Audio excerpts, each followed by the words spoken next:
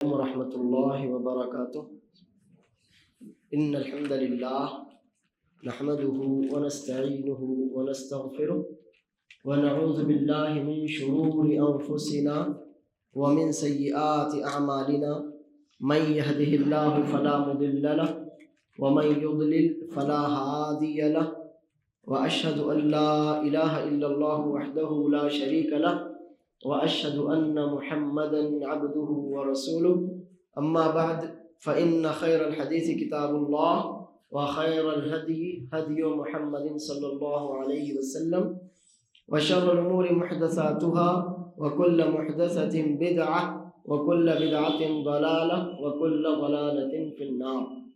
محترم حاضرین، الحمدللہ پچھلے ہفتے ہمارا درس تھا احترام اسماء اللہ تعالی و تغییر الاسم لاجل ذلک.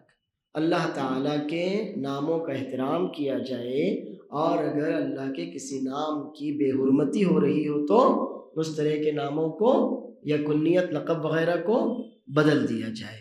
اب اسی سے ملتا جلتا آج کا ہمارا درس ہے اور وہ ہے من ہزل بشیء فیہ ذکر اللہ او القرآن او الرسول صلی اللہ علیہ وسلم. اللہ تعالیٰ کے اسماء حسنہ یا صفات میں سے کسی چیز کا، قرآن کریم کا یا رسول اللہ صلی اللہ علیہ وسلم کا یا ہمارے ایمان سے متعلق جتنی چیزیں ہیں ان میں سے کسی بھی چیز کا اگر کوئی شخص مذاق اڑاتا ہے، انکار کرنا تو کفر ہے سیدھا سیدھا، لیکن اگر کوئی مذاق اڑاتا ہے، جیسے کوئی حور کا مذاق اڑائے، کوئی جنت کا مذاق اڑائے، کوئی جہنم کا مذاق اڑائے، کوئی رسول اللہ صلی اللہ علیہ وسلم کا مذاق اڑائے، کوئی صحابہ کرام کا مذاق اڑائے، کوئی فرشتوں کا مذاق اڑائے، یا کوئی نعوذ باللہ اللہ عز و جل کا، اس طرح سے اگر ایمان سے متعلق جتنی بھی چیزیں ہیں اگر کوئی شخص ان میں سے کسی بھی چیز کا مذاق اڑاتا ہے تو اس کا کیا ہے؟ اس سلسلے میں شیخ الاسلام محمد بن عبد الوہاب رحمہ اللہ نے صحیح بخاری کی ایک حدیث ہمارے سامنے رکھی ہے. وہ حدیث یوں ہے، عبداللہ بن عمر رضی اللہ عنہما اس کے راوی. وہ کہتے ہیں کہ ہم غزوہ تبوک سے واپس آ رہے تھے. 9 ہجری کے آخر میں جو غزوہ ہوا، جنگ ہوئی، رسول اللہ صلی اللہ علیہ وسلم تبوک گئے تھے. سعودی عرب کا ایک بڑا شہر ہے شام کی طرف. رسول اللہ صلی اللہ علیہ وسلم اور صحابہ کرام غزوہ تبوک کے لیے گئے تھے. الحمدللہ جنگ نہیں ہوئی اور جب واپس آنے لگے اس وقت کا یہ واقعہ ہے کہ منافقین بھی تھے. بہت سے منافقین تو مدینے ہی میں رہ گئے تھے کسی بھی طرح کا بہانہ عذر پیش کر کے، لیکن کچھ منافقین ایسے تھے جو ساتھ میں بھی گئے تھے. اور منافقین جنگوں میں ساتھ میں جاتے تھے تو جنگ میں شرکت کرنے یا اللہ کے دین کی مدد کرنے کی نیت نہ ہوتی تھی، بلکہ نیت یہ ہوتی تھی کہ مسلمانوں کو، صحابہ کرام رضی اللہ عنہم اجمعین کو اندر سے بزدل بنائیں گے، ایسی حرکتیں کریں گے کہ جس سے ان کا ایمان کمزور ہو یا ان کے دل میں اللہ اور اس کے رسول صلی اللہ علیہ وسلم کے وعدوں سے متعلق شک شبہ ہو جائے، یا ان میں سے جو ابھی بالکل نئے نوجوان ٹائپ کے لوگ ہیں، کم عمر ہیں، جلدی جوش میں آ جاتے ہیں، ان کو کسی بھی طرح سے اللہ کے دین یا رسول اللہ صلی اللہ علیہ وسلم کے خلاف بہکا دیا جائے. اسی طرح کی ان کی ساری کوششیں ہوتی تھیں اور اسی لیے وہ جنگوں میں شریک ہوتے تھے. اسلام یا مسلمانوں یا اللہ کے رسول صلی اللہ علیہ وسلم کی مدد کرنے کا کوئی جذبہ ان کے دل میں نہ ہوتا تھا. تو کچھ منافقین ساتھ بھی گئے تھے. جب یہ واپس آنے لگے تو ان میں سے ایک منافق نے کہا، ان کا جتھا رہتا تھا، سب آپ جانتے ہیں کہ لوگ عام طور سے اپنے دوستوں اپنے ساتھیوں کے ساتھ رہتے ہیں، تو واپس آتے ہوئے ایک جگہ رسول اللہ صلی اللہ علیہ وسلم نے پڑاؤ ڈالا. تو ان میں سے جو منافقین تھے ان منافقین میں سے ایک نے کہا، ما رأینا مثل قرائنا ہؤلاء ارغب بطونا ولا اکذب السنا ولا اجبن عند اللقاء. 3 جملے اس نے کہے، ما رأینا مثل قرائنا ہؤلاء ارغب بطونا ولا اکذب السنا ولا اجبن عند اللقاء. قراء جمع ہے قاری کی، قاری بھی معنی عالم، علماء کو قراء اور قاری بھی کہا جاتا ہے. صحابہ کرام رضی اللہ عنہم اجمعین کا انہوں نے مذاق اڑایا، ان کو جیسے اپنی زبان میں کہتے ہیں نا، ارے وہ مولوی ہے، اس کو کچھ دنیا کی سمجھ نہیں ہے. تو لفظ مولوی خراب نہیں ہے. مولوی کا مطلب یہ ہوتا ہے جس نے علم دین حاصل کیا ہو. ورنہ آپ پرانی اردو دیکھیں گے آج سے 30 40 50 سال پہلے کی، تو اس میں آپ کو لفظ مولانا سے زیادہ لفظ مولوی نظر آئے گا. ہمارے مولوی صاحب نے کہا، مولوی ثناء اللہ امرتسری رحمہ اللہ، ایسے اپنے بڑے بڑے مشائخ کے لیے لفظ مولوی استعمال کیا جاتا تھا. اور یو پی بہار وغیرہ میں تو باقاعدہ مولوی کا امتحان ہوتا ہے، اس کا سرٹیفکیٹ ملتا ہے. تو مولوی لفظ یہ خراب نہیں ہے، بلکہ ایک رتبہ ہے، ایک مرتبہ ہے. لیکن جیسے ہمارے یہاں پر ارے وہ مولوی بیوقوف ہے، ان مولوی کو کیا سمجھتا ہے، ایسا ہی ہے نا. تو ایسے ہی وہ لفظ قراء صحابہ کرام رضی اللہ عنہم اجمعین کے لیے استعمال کر رہے تھے. انہوں نے کہا یہ جو ہمارے مولوی لوگ ہیں نا، ہم نے ان کے جیسے بیکار لوگ تو دیکھے ہی نہیں. خوب پیٹ بھر کر کھاتے ہیں، بہت زیادہ کھاتے ہیں، سب سے بڑے جھوٹے ہیں، اور سب سے زیادہ بزدل. ہم نے اپنے ان مولویوں سے زیادہ بیکار لوگ نہیں دیکھے. خوب کھاتے ہیں، اور آپ تو جانتے ہیں کہ صحابہ کرام کتنا کھاتے تھے، ہماری طرح تھوڑی کھاتے تھے. اللہ عز و جل نے ان کو آخرت کے لیے چن لیا تھا، وہ سب اپنا آخرت میں بچا کر لے گئے، اور اللہ ہم کو معاف فرمائے. ہم جیسے کھاتے ہیں صحابہ کرام رضی اللہ عنہم اجمعین کے اس کا تصور ہی نہیں تھا. تو کہتا ہے کہ ہم نے اپنے ان مولویوں کے جیسے بیکار لوگ نہیں دیکھے. خوب کھاتے ہیں، بہت بڑے جھوٹے ہیں، بہت زیادہ جھوٹ بولتے ہیں، اور ان سے بڑا کوئی بزدل ہم نے نہیں دیکھا. یہ جملے اس نے صحابہ کرام رضوان اللہ علیہم اجمعین کی شان میں استعمال کیے. وہیں پر ایک نوجوان صحابی، انصاری صحابی عوف بن مالک رضی اللہ عنہ وہیں سے گزر رہے تھے. انہوں نے یہ جملے سن لیے. انہوں نے کہا کذبت ولکنک منافق ولأخبرن رسول اللہ صلی اللہ علیہ وسلم عن ذلک. اس نے کہا تو جھوٹا ہے، اور یقیناً تو منافق ہے، اور میں اب ضرور رسول اللہ صلی اللہ علیہ وسلم کے پاس جا کر تیرے جملے بتاؤں گا، تیری شکایت کروں گا. عوف بن مالک رضی اللہ عنہ رسول اللہ صلی اللہ علیہ وسلم کی خدمت میں پہنچے. اس سے پہلے ہی جبرائیل علیہ السلام آ چکے تھے، اور رسول اللہ صلی اللہ علیہ وسلم پر وہ آیتیں نازل ہو چکی تھی جو انشاءاللہ ابھی ہم جاننے، پڑھنے اور سمجھنے والے ہیں. اب اس نے دیکھا کہ یہ بندہ تو جا کر میری شکایت کرنے والا ہے رسول اللہ صلی اللہ علیہ وسلم سے. وہ بھی تیزی سے اٹھا اور ان کے پیچھے پیچھے دوڑتا گیا. رسول اللہ صلی اللہ علیہ وسلم کے پاس وحی تو آ چکی تھی، اور اس کے بعد عوف بن مالک رضی اللہ عنہ بھی پہنچ گئے. انہوں نے بھی یہ بیان کیا، اور وہ بھی اپنے ساتھیوں کے ساتھ رسول اللہ صلی اللہ علیہ وسلم کے پاس پہنچا. اور اس نے کہا اللہ کے رسول صلی اللہ علیہ وسلم، ہم مذاق نہیں اڑانا چاہتے تھے، ہم آپ کی یا آپ کے ساتھیوں کی شان میں کوئی گستاخی نہیں کرنا چاہتے تھے، بلکہ چونکہ سفر بہت دشوار ہے، بہت زیادہ ہم کو تھکان محسوس ہو رہی تھی، تو ہم نے سوچا کہ چلو تھوڑی بہت دل لگی ہو جائے، ہنسی مذاق ہو جائیں، جیسے لطیفے وغیرہ ہوتے ہیں نا، کیا تھوڑا سا بوجھل ہو رہے ہوں تو چلو لطیفے سن لیے جائیں، جوکس سنا لیے جائیں، کچھ اشعار پڑھ لیے جائیں. تو وقت گزاری کے لیے، دل بہلانے کے لیے، اور سفر کی تکلیف تھوڑی سی کم کرنے کے لیے اللہ کے رسول صلی اللہ علیہ وسلم ہم اس طرح آپس میں ہنسی مذاق کر رہے تھے. آپ کی یا آپ کے ساتھیوں کی شان میں گستاخی ہماری غرض نہیں تھی، اور نہ ہم کبھی ایسا سوچ سکتے ہیں کہ ہم آپ لوگوں کی شان میں گستاخی کریں گے.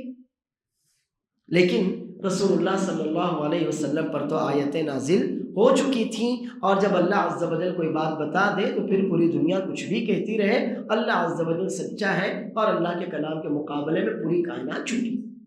اللہ عز و جل سچا ہے، اور اللہ کے مقابلے میں پوری کائنات بھی آ جائے تو اللہ عز و جل سچا ہے، اپنی سچائی پر باقی ہے، ہم اس پر ایمان رکھتے ہیں، اور پوری کائنات جھوٹی. رسول اللہ صلی اللہ علیہ وسلم نے اس سے ایک لفظ نہیں کہا، بس یہی آیتیں جو بھی ہم دیکھنے والے ہیں، یہی آیتیں آپ اس کے سامنے پڑھتے رہے. عبداللہ بن عمر رضی اللہ عنہما کہتے ہیں میں دیکھ رہا تھا کہ رسول اللہ صلی اللہ علیہ وسلم نے پڑاؤ کو چلنے، وہاں سے کوچ کرنے کا حکم دیا. آپ اپنی اونٹنی پر سوار ہو گئے، اور اونٹنی آگے بڑھ گئی آپ کو لے کر، اور وہ شخص رسول اللہ صلی اللہ علیہ وسلم کی اونٹنی کی نکیل تھامے گھسٹتا جا رہا تھا. اس کے پیر پتھروں سے زخمی ہو گئے، لیکن رسول اللہ صلی اللہ علیہ وسلم نے اس کی بات کا نہ کوئی جواب دیا اور نہ اس کی طرف دیکھا۔ وہ بار بار یہ کہہ رہا تھا، جو جملے میں نے ابھی آپ کے سامنے رکھے، کہ بس ہم تو وقت گزاری کے لیے آپس میں بات چیت کر رہے تھے، ہنسی مذاق کر رہے تھے کہ تھوڑا دل بہل جائے، وقت گزر جائے، سفر بہت زیادہ پریشان کن ہے، تھکانے والا ہے، سفر میں تھوڑی سی ہم کو آسانی ہو جائے، دل لگی ہو جائے، اس لیے۔ لیکن رسول اللہ صلی اللہ علیہ وسلم نہ اس کی طرف دیکھ رہے تھے، نہ اسے اس کی کسی بات کا جواب دے رہے تھے، اور یہی آیتیں نبی صلی اللہ علیہ وسلم پڑھ رہے تھے۔ وہ آیتیں 10ویں پارے سورہ توبہ کی آیتیں ہیں۔ وَلَئِن سَأَلْتَهُمْ، اور اگر آپ ان سے پوچھیں کہ بھائی یہ جو بات مجھ تک پہنچی اس کا سبب کیا ہے، کوئی تمہارا عذر ہے تو بیان کرو کہ آخر جو بات پہنچی، جو تمہاری شکایت مجھے ملی، کیا یہ صحیح ہے، غلط ہے؟ اگر صحیح ہے تو تمہارا کوئی عذر ہے کیا؟ تو وَلَئِن سَأَلْتَهُمْ، اگر آپ ان سے پوچھیں گے، لَيَقُولُنَّ، تو یقیناً وہ یہی جواب دیں گے، إِنَّمَا كُنَّا نَخُوضُ وَنَلْعَبُ، بس کہ اللہ کے رسول صلی اللہ علیہ وسلم یقیناً ہم تو بس دل بہلانے کے لیے بات چیت کر رہے تھے اور وقت گزاری کے لیے کھیل، یعنی تفریح، کھیل سے مراد ہے دل لگی تفریح، ہنسی مذاق۔ اللہ کے رسول صلی اللہ علیہ وسلم اگر آپ ان سے پوچھیں گے کہ یہ جو بات مجھ تک تمہاری پہنچی، جو شکایت تمہاری پہنچی، آخر اس کا عذر کیا ہے، سبب کیا ہے، تو وہ کہیں گے کہ یقیناً ہم تو بس تفریح کر رہے تھے، ہنسی مذاق اور دل لگی کر رہے تھے کہ دل بہل جائے، وقت گزر جائے، سفر کی تھوڑی تھکان کم ہو جائے اور راستہ آسانی سے کٹ جائے، بس ہمارا مقصد کوئی برائی نہ تھا، نہ اللہ کی، نہ آپ کی، نہ آپ کے ساتھیوں کی شان میں گستاخی کرنا چاہتے تھے، نہ آپ کا یا آپ کے ساتھیوں میں سے کسی کا مذاق اڑانا چاہتے تھے، ہماری نیت بری نہیں تھی، بس یہ کہ ہم وقت گزاری اور تفریح کے اعتبار سے دل بہلانے کے لیے اس طرح کی باتیں کر رہے تھے۔ قل، تو آپ ان سے کہنا، کیا، باللہ، اللہ کے ساتھ، وآیاتہ، اللہ کی آیتوں کے ساتھ، ورسولہ، اور اللہ کے رسول صلی اللہ علیہ وسلم، کیا اللہ کی آیتوں اور اللہ کے رسول صلی اللہ علیہ وسلم کے ساتھ تم ہنسی مذاق کھلواڑ کرتے؟ اللہ کو، اللہ کی آیتوں کو، اللہ کے رسول صلی اللہ علیہ وسلم کو تم نے کھلواڑ اور ہنسی مذاق کا ٹاپک بنا رکھا ہے۔ اللہ کی آیتیں اور اللہ کے رسول صلی اللہ علیہ وسلم تمہارے لیے ہنسی مذاق، سیر و تفریح اور دل لگی کا سامان ہے کہ اللہ پر جوک بناؤ، فرشتوں پر جوک بناؤ، رسول اللہ صلی اللہ علیہ وسلم پر جوک بناؤ، ایمان سے متعلق جو چیزیں ہیں ان کے بارے میں ہنسی مذاق اور لطیفہ گوئی کرو، کہ یہی رہ گیا ہے؟ تو سنو، لا تعتذروا، کوئی عذر پیش نہ کرو، تو کوئی عذر پیش نہ کرو، قد کفرتم، یقیناً تم کافر ہو چکے ہو، بعد ایمان، کیونکہ اگر ایمان کا دعویٰ تھا نا تمہارا، تم اپنے آپ کو مومن کہتے بھی تھے نا، لیکن اب اس حرکت کی وجہ سے تمہارا وہ ایمان ختم ہوا، اس حرکت کی وجہ سے تم کافر ہو گئے۔ اسی لیے ہمارے علماء کرام رحمہم اللہ نے اسلام سے خارج کر دینے والے جن اعمال کو ذکر کیا ہے، کئی اعمال ہیں جو بندے کو اسلام سے خارج، نکال باہر کرتے ہیں، جسے ارتداد کہا جاتا ہے، ردت کہا جاتا ہے، مرتد ہو جانا۔ تو آپ سن رہے ہوں گے آج کے زمانے میں اللہ ہر مسلمان کو محفوظ رکھے۔ ہمارے علماء کرام رحمہم اللہ نے بہت سی چیزیں، بہت سے کام ایسے ذکر کیے ہیں کہ جن کے کرنے کی وجہ سے انسان مرتد ہو جاتا ہے، دین سے باہر ہو جاتا ہے۔ ان میں سے ایک کام یہ بھی ہے، باللہ وآیاتہ ورسولہ کنتم تستہزئون، اللہ تعالیٰ کا، اللہ کی آیتوں کا اور اللہ کے رسول صلی اللہ علیہ وسلم کا تم مذاق اڑاتے ہو، یہ ان چیزوں کو تم نے کھلواڑ اور مذاق، ہنسی مذاق کا ٹاپک بنا رکھا ہے، ان پر لطیفے، نظمیں، اشعار گاتے اور سنتے سناتے اور ان کو اپنی دل لگی کا ذریعہ سمجھتے ہو۔ قد کفرتم بعد ایمانکم، اگر تم ایمان والے تھے بھی، اگر تھے ہی نہیں، لیکن اگر تھے بھی نہ، تو اس حرکت کی وجہ سے تم کافر ہو چکے ہو۔ تو معلوم ہوا کہ اگر ایسا کوئی کرتا ہے تو وہ مرتد ہو جاتا ہے۔ اللہ کا، اللہ کے اسماء و صفات میں سے کسی چیز کا، رسول اللہ صلی اللہ علیہ وسلم کا، یا اللہ کی جو آیتیں قرآن کریم ہے، یا غیب اور ایمان سے متعلق جتنی بھی چیزیں ہیں، اگر کوئی شخص ان میں سے کسی بھی چیز کا مذاق اڑاتا ہے تو وہ کافر ہو جاتا ہے۔ اب ان آیتوں اور جو واقعہ ہم نے آپ کے سامنے رکھا، اس پر آپ تھوڑا سا غور کیجیے۔ اس میں یہ ہے کہ ایک صحابی نے ان کی بات سنی، عوف بن مالک رضی اللہ عنہ نوجوان صحابی تھے، انہوں نے ان لوگوں کی بات سنی اور رسول اللہ صلی اللہ علیہ وسلم سے آ کر بیان کر دیا۔ تو کیا یہ غیبت ہے یا چغلی ہے؟ بتائیے۔ نہ یہ غیبت ہے نہ یہ چغلی ہے، یہ تو عین حق ہے۔ غیبت کہاں ہوتی ہے؟ جہاں آپ کسی شخص کو بلا وجہ مجرم بنانا چاہتے ہو، اس کا وقار، اس کی حیثیت گرانا چاہتے ہو۔ چغلی کہاں ہوتی ہے؟ جہاں دو صاف دل لوگوں کے درمیان دشمنی ڈالنا چاہتے ہو، تو غیبت وہاں ہوتی ہے، چغلی وہاں ہوتی ہے۔ لیکن یہ تو ظالموں کو ان کے ظلم کے انجام تک پہنچانا تھا نا، کافروں منافقوں کو ان کے نفاق، ان کے کفر اور ان کے شرک کے انجام تک پہنچانا تھا، تو اس کو چغلی نہیں کہتے۔ یہ تو ان پر حق تھا کہ انہوں نے وہ بات سنی جو اللہ عز و جل کو ناراض کرنے والی تھی، رسول اللہ صلی اللہ علیہ وسلم اور صحابہ کرام کی شان میں گستاخی تھی، تو ان پر یہ فرض ہو گیا تھا کہ وہ اللہ کے رسول صلی اللہ علیہ وسلم سے جا کر شکایت کریں۔ تو اس کو نہ غیبت کہیں گے اور نہ چغلی۔ تو اس سے یہ معلوم ہوتا ہے کہ اگر کوئی شخص معصوم ہے اور کوئی دوسرا اس کو تکلیف پہنچانے کے لیے سازش کر رہا ہے، کوئی ایسی پلان بنا رہا ہے، تو اس بندے کو جا کر الرٹ کر دینا یہ غیبت یا چغلی نہیں ہے۔ اس کا تعلق دو چیزوں سے ہے۔ ایک تو یہ کہ آپ کی نیت صاف ہو، یعنی کہ آپ اپنے دل کے کوئی بھڑاس نکالنا چاہتے ہو، ایک تو یہ کہ آپ کی نیت صاف ہو، اور دوسرا یہ کہ وہ شخص واقعی معصوم ہو اور اس کو ناحق نقصان پہنچانے کے لیے لوگ اس کے خلاف پلاننگ اور سازشیں کر رہے ہوں۔ یہ دو باتیں اگر ہیں تو انشاءاللہ آپ کا یہ عمل نہ غیبت ہے اور نہ چغلی ہے، بلکہ یہ تو عین حق ہے، آپ کے اوپر فرض ہے کہ آپ جا کر اپنے بھائی کی عزت کی حفاظت کا ذریعہ پیدا کریں، سامان پیدا کریں، اور اس کو الرٹ کر دیں کہ بھائی دیکھو آپ ہوشیار ہو جائیے، ایسا ایسا آپ کے خلاف اللہ نہ کرے ہو سکتا ہے۔ تو یہ غیبت نہیں، چغلی نہیں، بلکہ ان پر فرض تھا جو انہوں نے اللہ کی خاطر، رسول اللہ صلی اللہ علیہ وسلم اور صحابہ کرام کی عزت کی حفاظت کی خاطر انہوں نے اپنا فرض ادا کیا۔ دوسری بات یہ سمجھ میں آتی ہے کہ یہاں پر آپ غور کریں، ہم نے جو الفاظ کہے، اس منافق نے جو الفاظ کہے تھے ان پر آپ پھر سے غور کیجئے۔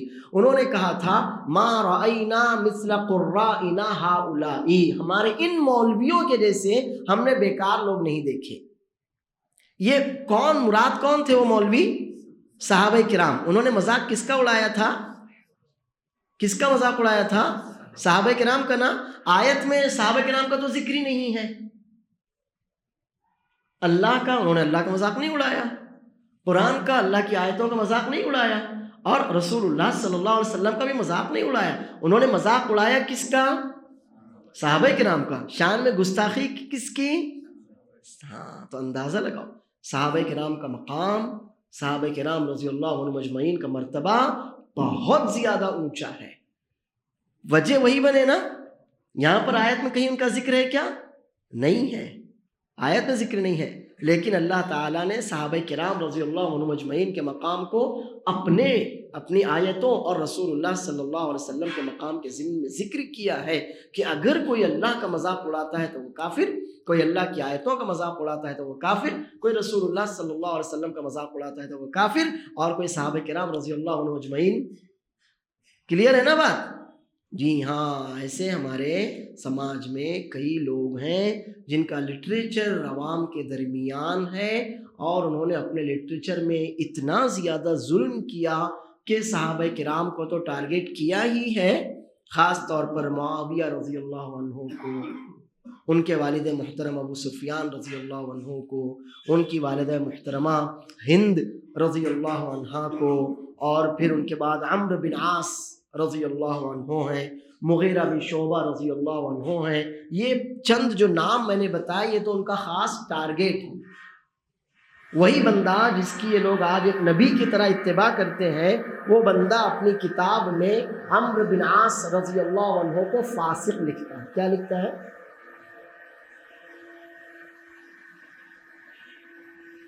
کیا لکھا اس بندے نے؟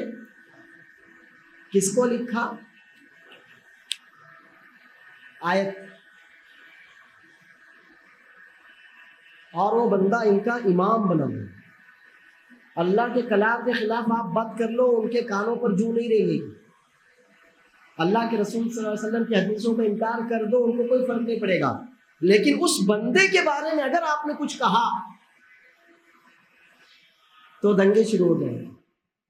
اور وہ بندہ جو ان کا امام بنا ہوا ہے وہ کس کو فاسق کہتا ہے؟ صحابہ کرام، ہے نا؟ سمجھ میں آئی بات؟ چلو یہاں تک بھی ٹھیک. اس کے اوپر انبیاء کرام کو بھی نہیں چھوڑا اس نے. اس بندے نے انبیاء کرام علیہم السلام کو بھی نہیں چھوڑا. کئی واقعات ذکر کیے، جن میں سے ایک واقعہ موسیٰ علیہ السلام کا ہے. موسیٰ علیہ السلام جیسا بہادر آدمی تو تاریخ نے نہیں دیکھا ہوگا، سوائے یہ کہ ہمارے رسول صلی اللہ علیہ وسلم کا مقام بہت اونچا ہے، ورنہ موسیٰ علیہ السلام جیسا آدمی پیدا ہی نہیں ہو سکتا. موسیٰ علیہ السلام جیسا بہادر آدمی ایک اکیلا آدمی ہے اور فرعون پوری حکومت کو للکارتا ہے، ایزی نہیں ہے. لکھتا ہے کہ جب اللہ عز و جل نے کہا لاٹھی پھینکو، انہوں نے لاٹھی پھینکی تو لاٹھی کیا بن گئی؟ سانپ بن گئی نا. جب نبوت دی گئی موسیٰ علیہ السلام کو تو لاٹھی وہ سانپ بن گئی. موسیٰ علیہ السلام پیچھے ہٹے. ارے بھائی میرے سامنے اللہ نہ کرے، آپ میں سے ہم میں سے کسی کے بھی سامنے اللہ نہ کرے اگر سانپ آ جائے تو کیا آپ اس کو گود میں لیں گے؟ چل آ جا. ہاں کیا کریں گے اس کو؟ آپ پیچھے ہٹیں گے نا. تو لکھتا ہے موسیٰ علیہ السلام کی بزدلی کی دلیل. آپ سوچو، اور وہ آدمی ان کا امام ہے. آپ رسول اللہ صلی اللہ علیہ وسلم کی حدیثوں کا انکار کر دیں ان کو کوئی فرق نہیں پڑے گا، ایزی، مطلب کوئی بات ہی نہیں ہے. اللہ عز و جل کی شان میں، انبیاء کی شان میں آپ گستاخی کر دیں ان کو کوئی فرق ہی نہیں پڑے گا، کچھ بھی نہیں ہوگا. لیکن آپ اس آدمی کے تعلق سے بول کر دیکھو ذرا، دنگے نہیں ہوئے تو پھر بولو. اب آپ یہ سوچئے کہ ایسے لوگ جن کو ہم نے اپنا امام بنایا ہوا ہے، ان لوگوں کی ایمان کا یہ حال ہے. آیت آپ کے سامنے، آپ میری بات نہ مانو، اللہ کی بات تو مانو. قل اب اللہ و آیاتہ و رسولہ صلی اللہ علیہ وسلم. مسئلے پر پھر غور کرو. مذاق کس کا اڑایا گیا تھا؟ صحابہ کرام کا.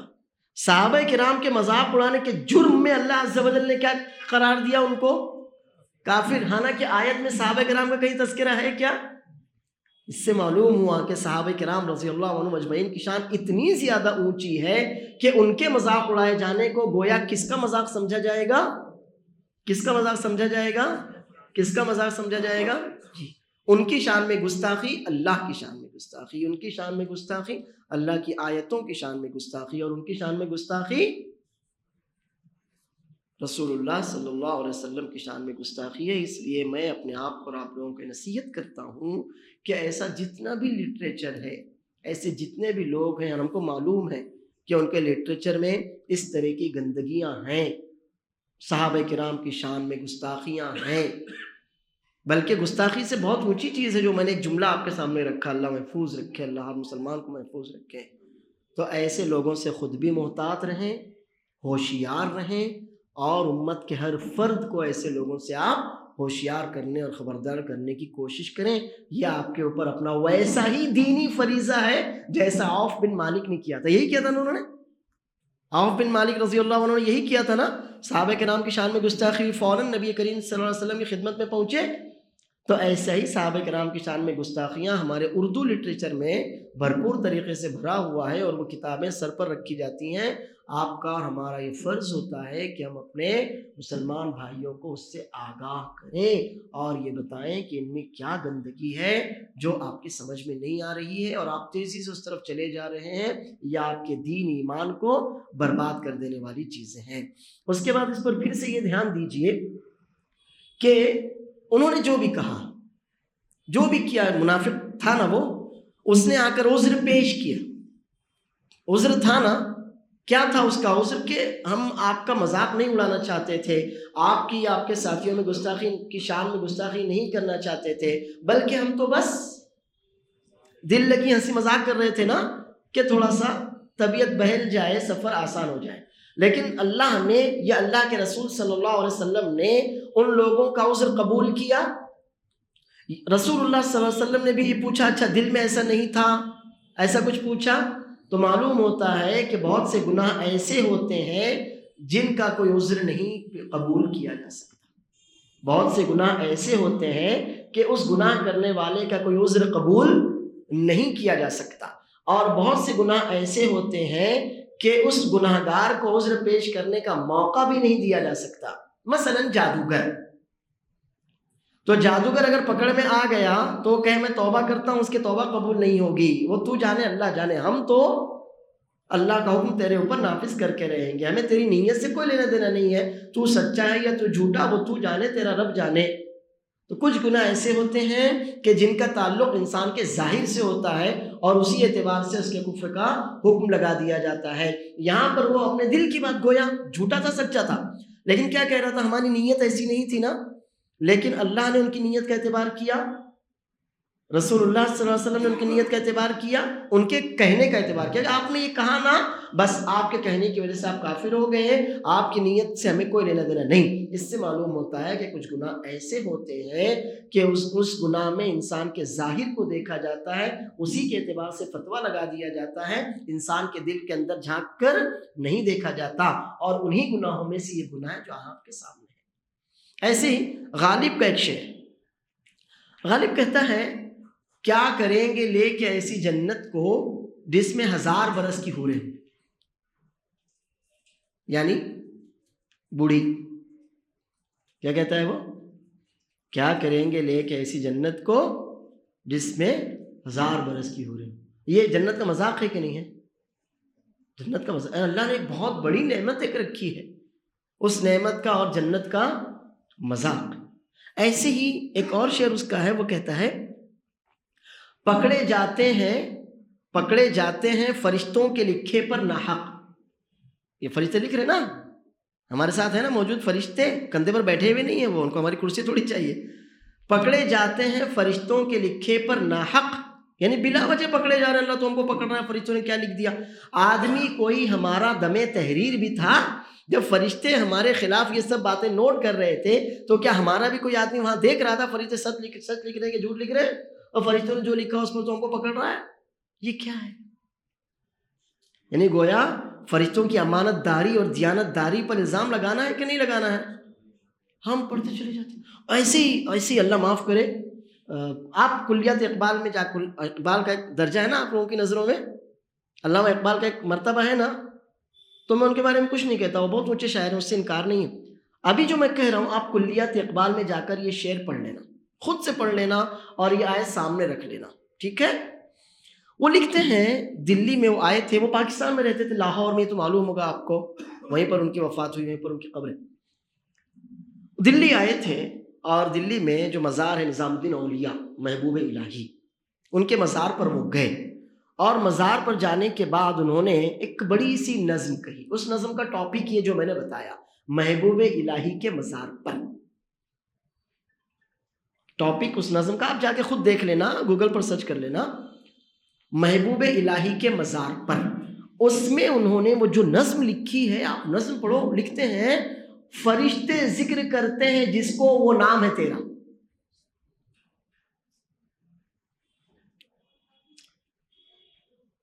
سمجھ میں آیا؟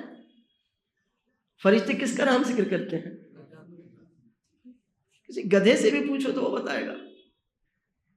اور کیا کہتے ہیں وہ؟ فرشتے ذکر کرتے ہیں جس کو وہ نام ہے تیرا، پوری نظم ہے۔ اور اسی میں ایک اور ہے، مسیح و خضر سے اونچا مقام ہے تیرا۔ مسیح یعنی کون؟ عیسیٰ علیہ السلام، اور خضر علیہ السلام تو آپ جانتے ہیں۔ کیا لکھتے ہیں؟ مسیح و خضر سے، نعوذ باللہ ہم ایسا کوئی عقیدہ نہیں رکھتے بھائی، اللہ معاف کرے ہم کو۔ مسیح و خضر سے کیا ہے یہ بتائیے آپ؟ یہ انبیاء کی شان میں گستاخی نہیں ہے؟ اللہ کی شان میں گستاخی نہیں ہے؟ فرشتے ذکر کرتے ہیں جس کو نام ہے تیرا، یہ گستاخیاں ہیں۔ ٹھیک ہے، ان کا جو بھی مقام ہوگا وہ اپنی جگہ، ہمیں اس سے کوئی غرض نہیں، ہم اللہ سے لڑنے والے نہیں، اللہ کیوں ہے ہمیں اس سے غرض نہیں۔ لیکن جو ان اشعار میں پلیدگی ہے، پلیدگی نجاست سمجھتے نا، ہے کہ نہیں؟ نجاست گندگی ہے کہ نہیں؟ اس کو سمجھنے کی ضرورت ہے۔ ایسی علامہ اقبال کا ایک شعر ہے، یہ تو ہم عقیدہ رکھتے ہیں نا کہ ستارے ہم سے بھی زیادہ، ہمارا مقام فرشتوں سے، یہ ستاروں سے اونچا ہے، تو ہم عقیدہ رکھتے ہیں نا۔ علامہ اقبال کا شعر ہے، وہ کہتے ہیں ہر فرد ہے ملت کے مقدر کا ستارہ، یعنی تقدیر کس سے ہے؟ یہ کیا ہے؟ یہ شرک کفر ہے کہ نہیں ہے؟ کیا ہماری تقدیر اب ستاروں میں ہے؟ یہ تو پھر وہی نجومیوں والی بات ہوئی، یہ تو کفر ہے۔ یہ ایسے اشعار ہمارے بڑے بڑے شعراء کی یہاں بھرے پڑے ہیں، اور ہم ماشاءاللہ خوب راگ راگنی سے گاتے بھی ہیں۔ بہت زیادہ سمجھنے کی ضرورت ہے کہ آپ جو بھی جملہ اپنی زبان سے نکال رہے ہیں آپ اس کو سمجھیں، اس پر غور کریں، کہیں ایسا نہ ہو کہ وہ اللہ کی، اللہ کے رسول صلی اللہ علیہ وسلم کی، اللہ کی آیتوں یا جو بھی ایمان سے متعلق، غیب سے متعلق امور اور اشیاء ہیں، یا صحابہ کرام رضی اللہ عنہ مجمعین کی شان میں گستاخی والا وہ جملہ اور کلمہ ہو، اور پھر وہ زبان سے جملہ نکلا کہ بندہ کافر ہوا، چاہے دل سے وہ ایسا ارادہ رکھتا تھا یا نہیں رکھتا تھا۔ اس لیے زبان کی بھی بہت زیادہ اہمیت ہے، خاص طور پر جب بھی ایمان سے متعلق کوئی بھی بات ہو، اللہ کے رسول صلی اللہ علیہ وسلم اور امور غیب جو بھی اللہ یا اس کے رسول صلی اللہ علیہ وسلم نے بیان فرمائے ہیں، ان سے متعلق کوئی بھی بات ہو تو اولاً ہمیں بغیر علم کے کوئی بات نہیں کرنا چاہیے، اور دوسری بات یہ کوئی ہنسی مذاق اور کھلواڑ نہیں ہے، یہ کوئی ہنسی مذاق اور کھلواڑ نہیں ہے، یہ سیدھا سیدھا بندے کو اگر بات غلط ہوئی تو ایمان سے خارج کر دینے والی باتیں ہیں۔ امید ہے کہ جو باتیں آج ہم نے آپ کے سامنے رکھی ہیں آپ کے سمجھ میں آئی ہوں گی۔ اللہ تعالیٰ مجھے اللہ کی، اللہ کے رسول صلی اللہ علیہ وسلم کی، صحابہ کرام کی عزت اور ادب، ان کا ادب و احترام کرنے کی توفیق عطا فرمائے، صحابہ کرام رضی اللہ عنہ مجمعین سے ہم کو محبت کرنے والا اور ان کے راستے پر چلنے والا بنائے، آمین۔ وآخر دعوانا الحمدللہ رب العالمین۔ کوئی سوال ہے آج کے درس سے متعلق آپ میں سے کسی کا؟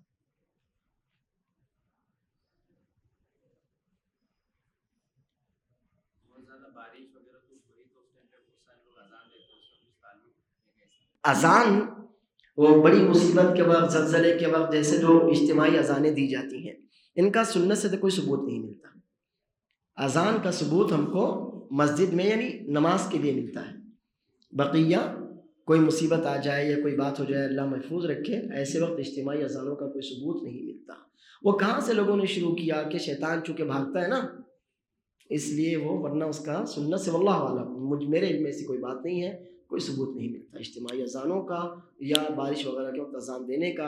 اللہ کے رسول صلی اللہ علیہ وسلم جمعہ کا خطبہ دے رہے تھے، ایک صحابی آئے، دوران خطبہ کہا اللہ کے رسول صلی اللہ علیہ وسلم ہر طرف خشک سالی ہو گئی ہے، پینے کو پانی نہیں، استعمال کو پانی نہیں، ہم اور گھر والے اور سب ہمارے جانور پیاسے بھوکے مر رہے ہیں، اللہ سے دعا کیجیے کہ اللہ بارش برسائے۔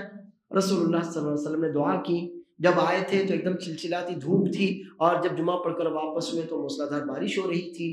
بارش لگاتار 8 دنوں تک بارش ہوتی رہی، بارش ہی ہوتی رہی، رکی ہی نہیں۔ پھر اگلے جمعہ کو نبی کریم صلی اللہ علیہ وسلم خطبہ دے رہے تھے، وہی صحابی آئے اور کہا اللہ کے رسول صلی اللہ علیہ وسلم بارش اتنی زیادہ ہو گئی ہے کہ اب بارش نہیں ہونے سے جو تکلیف تھی اب بارش ہونے سے وہ تکلیف ہے، کیونکہ جب بارش بہت زیادہ ہوگی تو پھر سے ساری پریشانیاں ہو جائیں گی نا، کہ اب وہی ساری تکلیفیں ہو گئی، پھر جانور ہمارے بہہ کے جا رہے ہیں، پوری فصلیں تباہ ہو رہی ہیں، اللہ سے دعا کیجیے کہ بارش روک لے۔ نبی کریم صلی اللہ علیہ وسلم نے کہا اللہ بارش روک لے، اگر کہتے تو قیامت تک بارش ہی نہ ہوتی۔ تو کہا اللہ تعالیٰ پہاڑوں پر، وادیوں میں، سبزیاں اگنے کی جگہوں پر، وہاں پر بارش برسا۔ تو یہ کیا ہوا؟ دعا کی گئی، نہ کہ اذانیں دی گئی، ورنہ آپ کہتے چلو اذان دو اذان دو، ایسا نہیں ہے۔ چلیے اجازت دیجیے، انشاءاللہ اللہ نے چاہا تو اگلے ہفتے ملاقات ہوگی۔ وباللہ التوفیق۔ السلام علیکم ورحمۃ اللہ وبرکاتہ۔